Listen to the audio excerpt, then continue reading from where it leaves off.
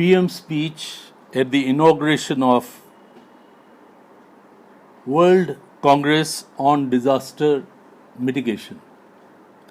The PM spoke, Shri Atal Bihari Vajpayee, at the inauguration of the World Congress on Natural Disaster Mitigation.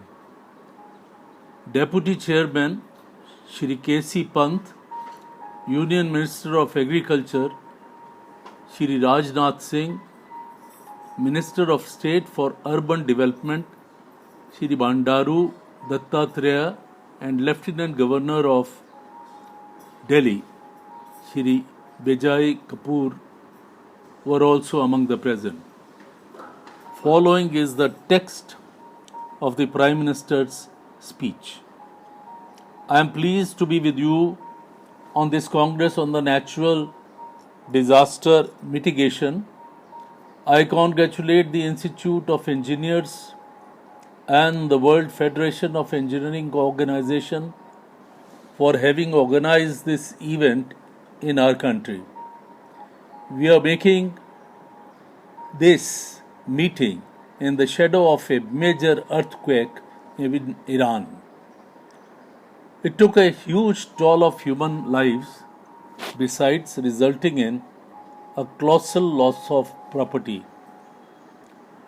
The whole world is in grief and in pain for the people of Bam. We in India also did. The disaster in Bam evoked in us a special feeling of sympathy and solidarity, because the memory of the catastrophic earthquake in Kutch in Gujarat 3 years ago still resonates in our minds. Natural disasters reveal the real nature of mankind and the true culture of the nation. A calamity unites humanity. Adversity makes ordinary individuals perform extraordinary feats, transcending the differences and overcoming the distances of all kinds. People rush to help one another. This natural instinct should be given full play and integrated into our strategies for disaster mitigation. The spontaneous manner in which other countries and international organizations rushed to provide assistance in Bhuj and now in Bam is a salutary example of international brotherhood. With proper care, planning, and transparent execution of relief, rehabilitation, and reconstruction operations, it is possible to keep alive the participation of people beyond the phase of initial response.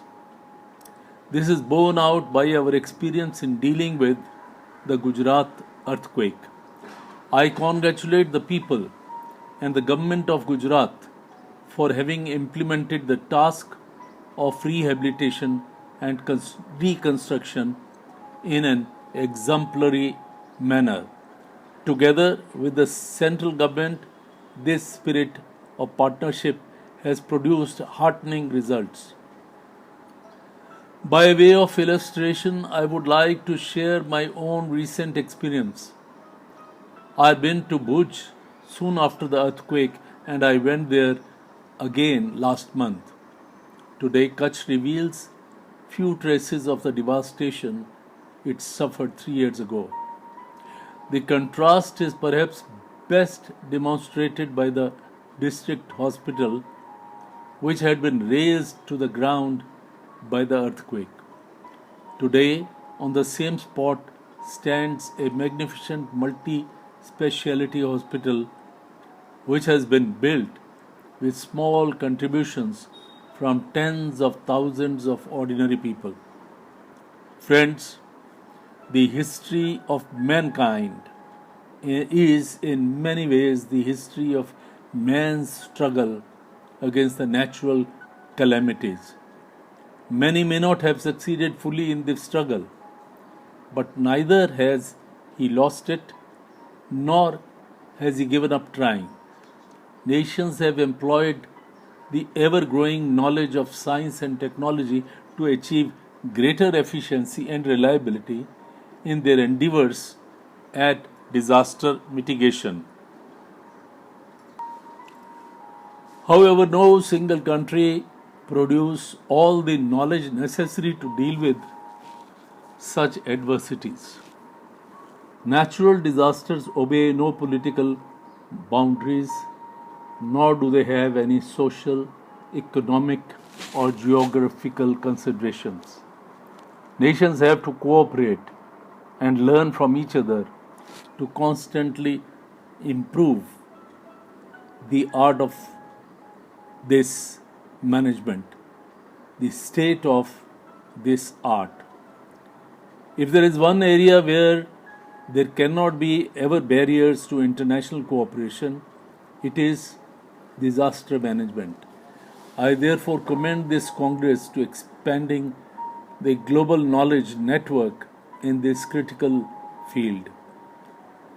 I recent years the imperative of international cooperation in disaster mitigation has been receiving greater attention in many world forums. This is what I know. It figures prominently in the United Nations Millennium Development Goals announced recently.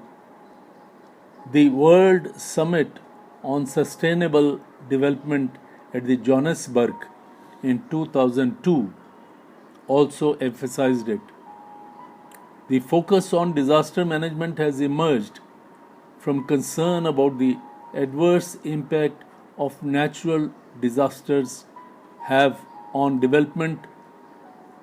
Approximately 75% of the world's population currently lives in areas that have been affected at least once by earthquake, tropical cyclones, flood, or drought between 1980 and 2000.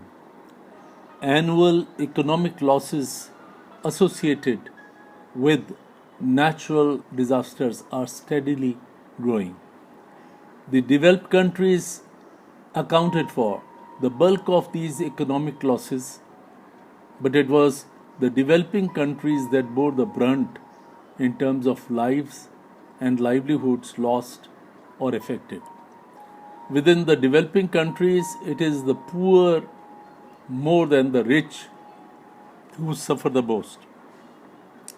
A single natural calamity can make their meager and fragile means of livelihood vanish, driving them deeper into deprivation. This is where we see an organic link between disaster mitigation and other tasks enjoyed and enjoined by us by the UN Millennial Development Goals. The overarching goals of halving the extreme poverty by 2015 and improving the educational and health status of the poor have a chance to be realized only if the poor are spared the ravages of natural disasters. Hence, the need to move forward to a safer world in the 21st century challenges mankind's conscience as well as its intelligence. There is a growing consensus on the urgency to evolve an international strategy for disaster reduction. In addition to expanding the global cooperation, some of the actions required include strengthening regional and sub-regional strategies. We have to promote international joint observation and dissemination of technical and scientific knowledge to all the countries. And we have to do this together in a cooperative fashion.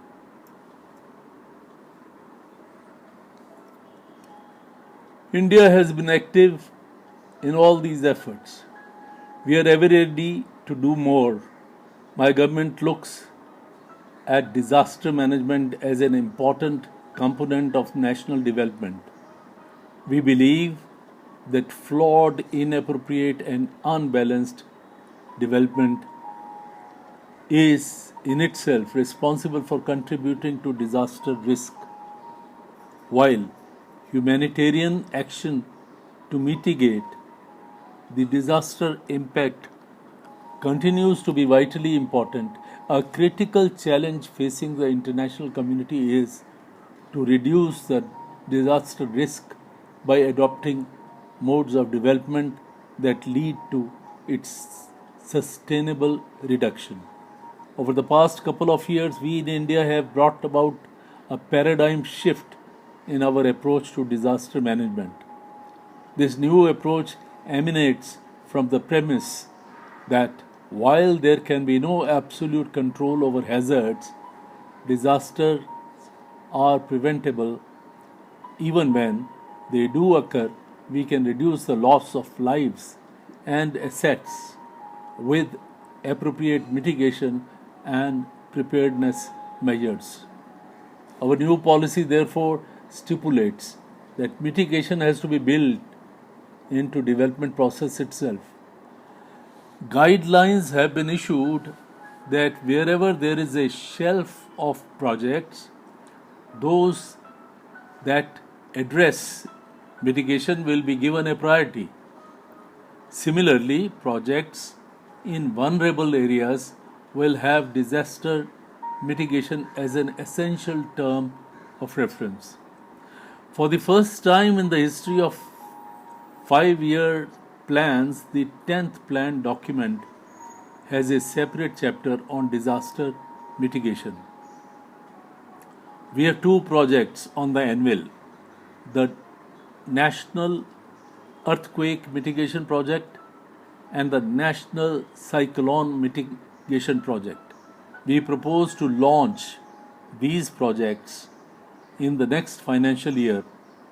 We have also recommended to the 12th Finance Commission, which allocates the resources between the Union government and the states, to create a disaster mitigation fund of rupees 5,000 crore. India now possesses highly enhanced capabilities in space research, weather forecasting, and other areas of science and technology.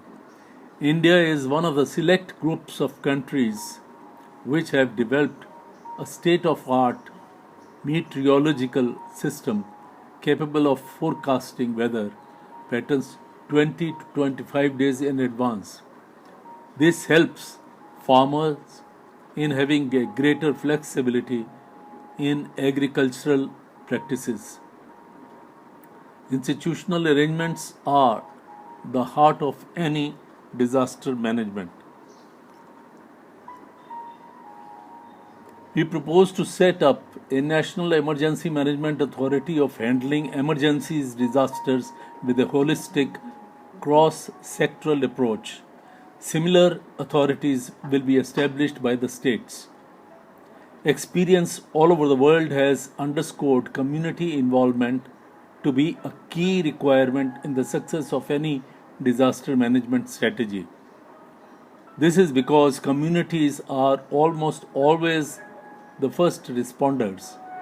In India, we are in the process of constituting village disaster management committees and setting up village disaster management teams in the multi-hazard prone districts with the involvement of Panchayati Raj institutions. As engineers, you have a vital role to play in the disaster risk reduction. Design of buildings and quality of structures is very important. During the Gujarat earthquake, we found that whereas more than 10,000 houses were damaged, well designed and properly constructed structures with quality materials could withstand the earthquake with minimum loss. I would like your Congress to contribute to enlarging the range of engineering solutions to risk reduction. I am sure that the output and the outcome of this conference will be of much value in developing India's plan for natural disaster mitigation. At the same time, it would also help in developing a regional and a global plan for natural disaster mitigation. With these words, I am pleased to inaugurate your Congress and wish it all the success.